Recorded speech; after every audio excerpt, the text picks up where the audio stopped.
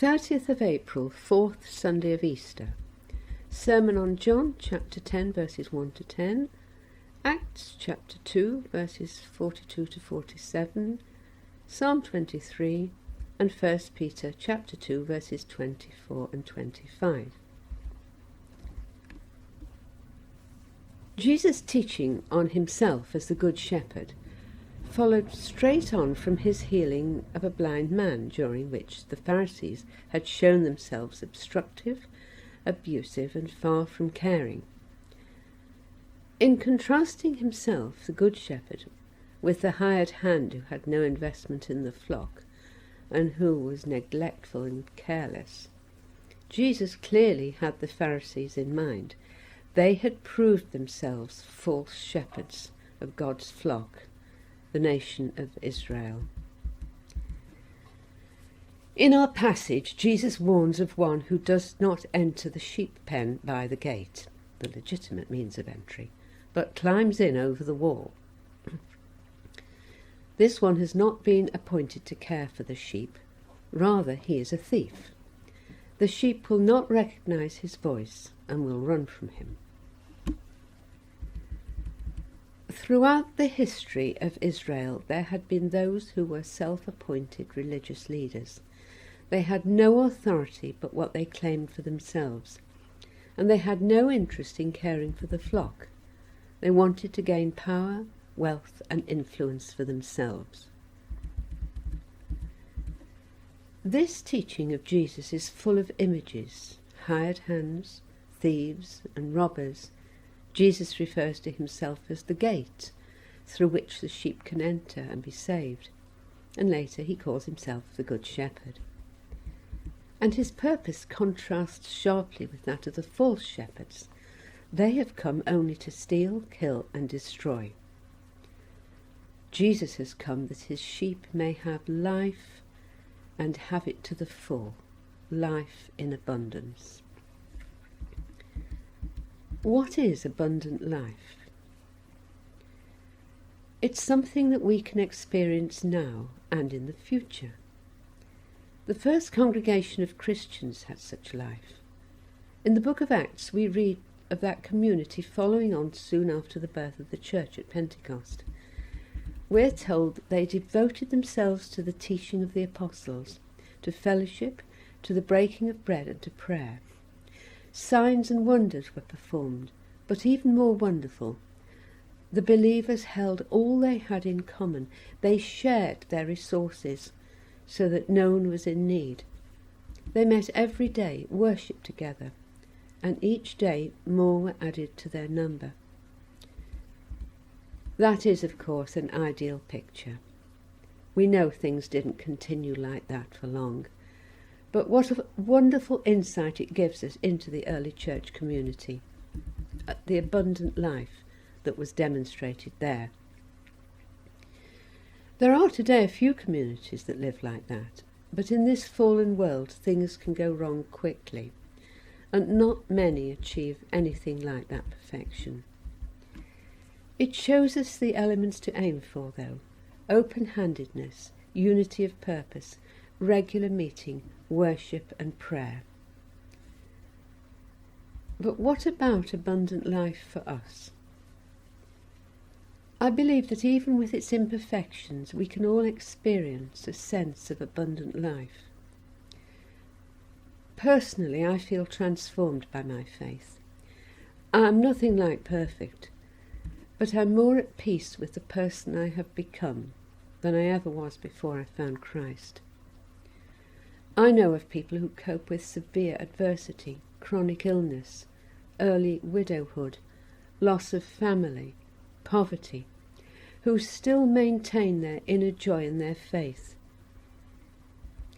In far too many countries, Christians face severe persecution, and yet their faith remains precious to them. They hold to it even in the face of imprisonment or death. All these examples demonstrate that there is abundant life to be had, even in this troubled world. However, the future that God promises will be abundant in every sense. The Bible is silent about the details.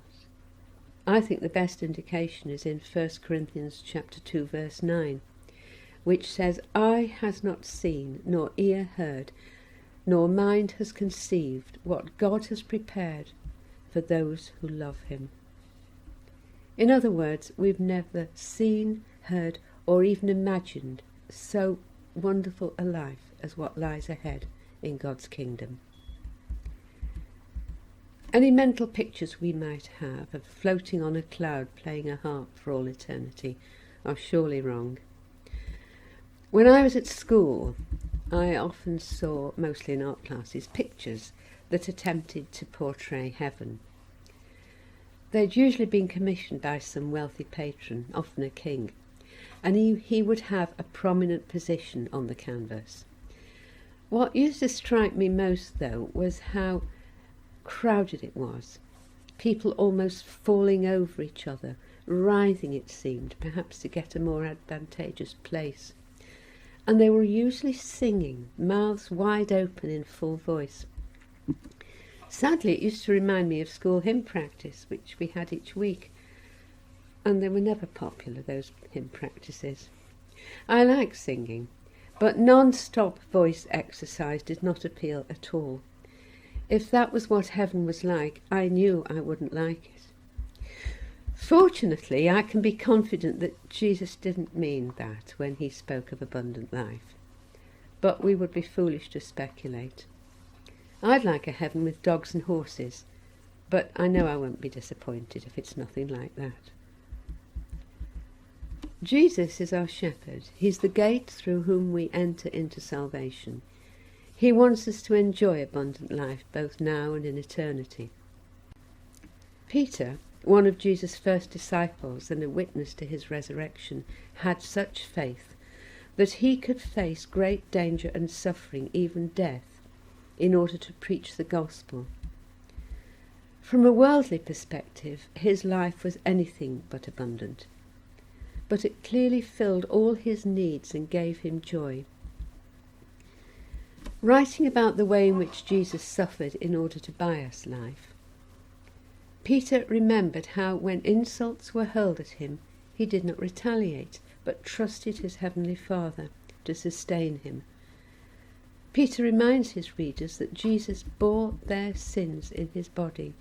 He submitted to all the wickedness that sinful humans could throw at him, and he did that to buy righteousness for us. By his wounds we have been healed. And echoing Jesus' Good Shepherd teaching, Peter says, "You were like sheep going astray, but now you have returned to the shepherd and overseer of your souls." We see lots of sheep where we live, fields full of them, sometimes sheep who've escaped from the safety of the field and are wandering along the lanes. Peter's image of sheep going astray, panicking in their field if something startles them, rushing the wrong way up the road with a sheepdog trying to herd them.